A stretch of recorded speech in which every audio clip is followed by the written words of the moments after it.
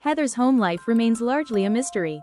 Within the show itself, nothing much is mentioned about it, though a lot has been implied.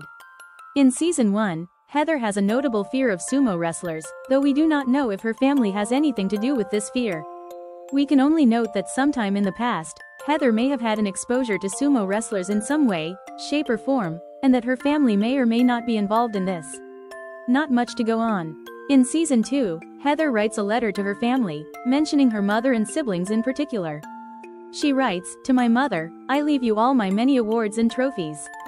To my siblings, I leave you nothing. Earn it yourselves, you lazy slackers." This tells us something about her home life, that she loves her mother enough to dedicate her accomplishments to her in the event of her death, and that her siblings are not as well accomplished as her. She clearly looks down on her siblings for this, and implies family rivalry between them by even considering that they might thirst for her accomplishments in the event of her death.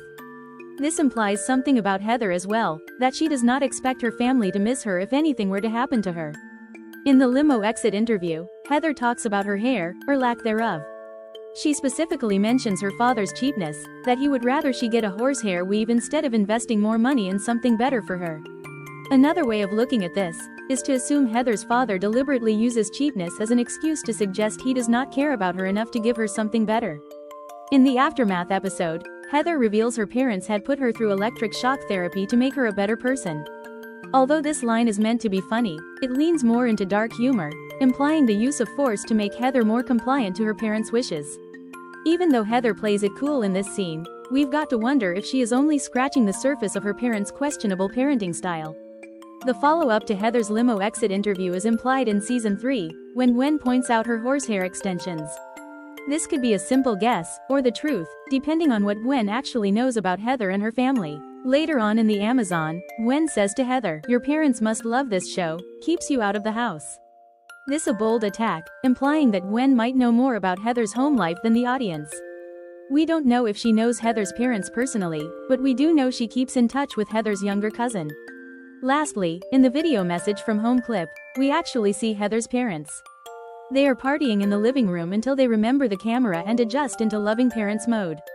While the whole video was about them mentioning how much they missed Heather, everything else in the video contradicts that. The partying, and the moving out of Heather's furniture. This seems to validate Gwen's words, that Heather's parents really were happy to get her out of the house. This brings forth the question of why Heather is even participating in total drama. Her family is rich enough to not need money, but is any of that money really hers? Perhaps not. To summarize, Heather's home life is less than ideal. Rather than belonging to a happy family, her relationships at home are rather superficial, with no one really caring about her. This implies Heather may not have grown up receiving love, and that this may have impacted her personality to some extent, shaping her into the person she was in total drama. My last question of the day is, what does Gwen know? Leave your thoughts in the comments below, and thank you for watching.